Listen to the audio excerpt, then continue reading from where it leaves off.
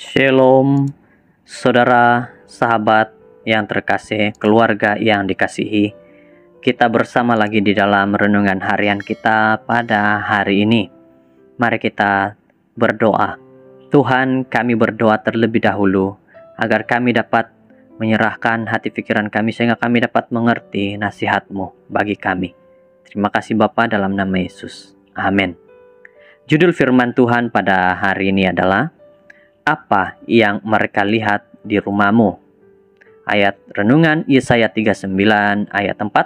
Lalu tanyanya lagi, apakah yang telah dilihat mereka di istanamu?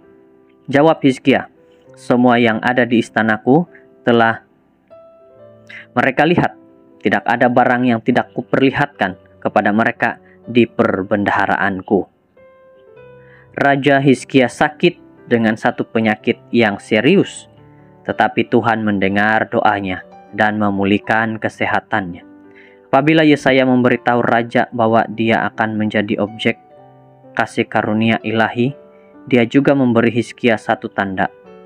Dia memberitahu bahwa bayang-bayang pada petunjuk matahari di tangga istana akan undur ke belakang 10 tapak.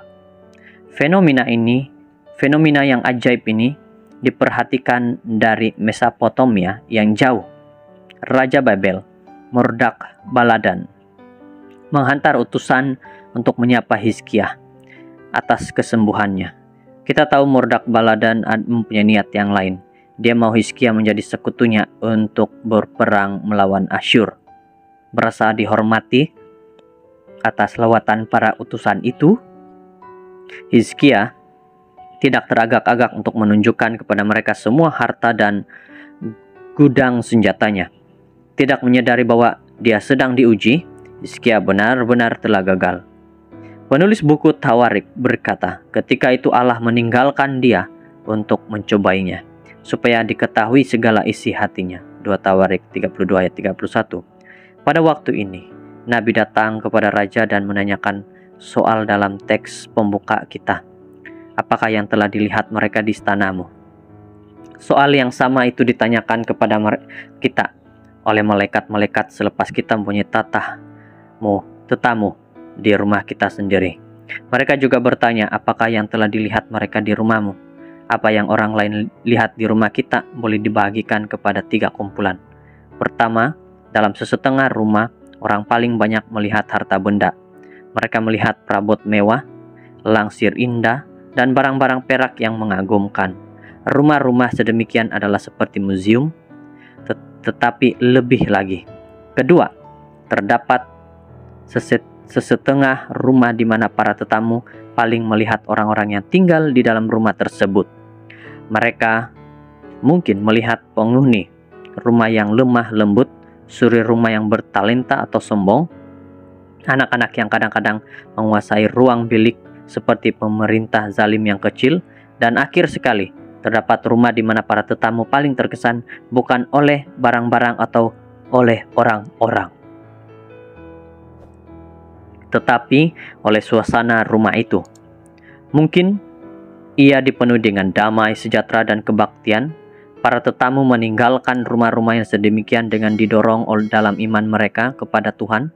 Mereka merasakan dalam rumah ini kehadiran para malaikat. Pada suatu kesempatan, orang-orang Yunani yang melawat ke Yerusalem pergi kepada salah seorang murid dengan satu permintaan yang mendesak. Tuhan, kata mereka, kami ingin bertemu dengan Yesus. Yohanes 12 ayat 1. Mungkinkah banyak orang yang melawat ke rumah kita ingin bertemu dengan Yesus? Haruskah kita mengecewakan mereka? Hizkia telah kehilangan satu kesempatan yang indah untuk memberi kesaksian tentang Yesus dan mengenai berkat besar yang dia telah terima daripadanya. Adakah kita akan membuat kesilapan yang sama? Mari kita tanyakan diri kita soalan. Apakah yang telah dilihat mereka di rumahku? Saudara yang terkasih, apa yang mereka lihat di rumahmu? Seperti kisah daripada Hizkia ini. Dia sakit dan disembuhkan. Apa yang dia perlihatkan bukanlah Tuhan yang ada di rumahnya, tapi dia memperlihatkan hartanya. Jadi, pada saat ini mana yang kita ingin perlihatkan? Harta kita atau Tuhan kita? Mari kita renungkan firman Tuhan ini. Sebuah keluarga harus menjadi kesaksian yang hidup akan kebaikan Tuhan kepada orang lain. Biarlah setiap kali keluarga memantulkan tabiat yang sama seperti Tuhan, melalui hubungan yang bersemangat dan bertumbuh dengan Dia. Semoga kita terus diberkati dalam renungan hari ini. Kita berdoa. Tuhan, kami berdoa bersyukur firman Tuhan yang begitu baik sudah kami dengarkan. Terima kasih Bapa, Kau menyertai kami bersama keluarga. Dalam nama Yesus. Amin.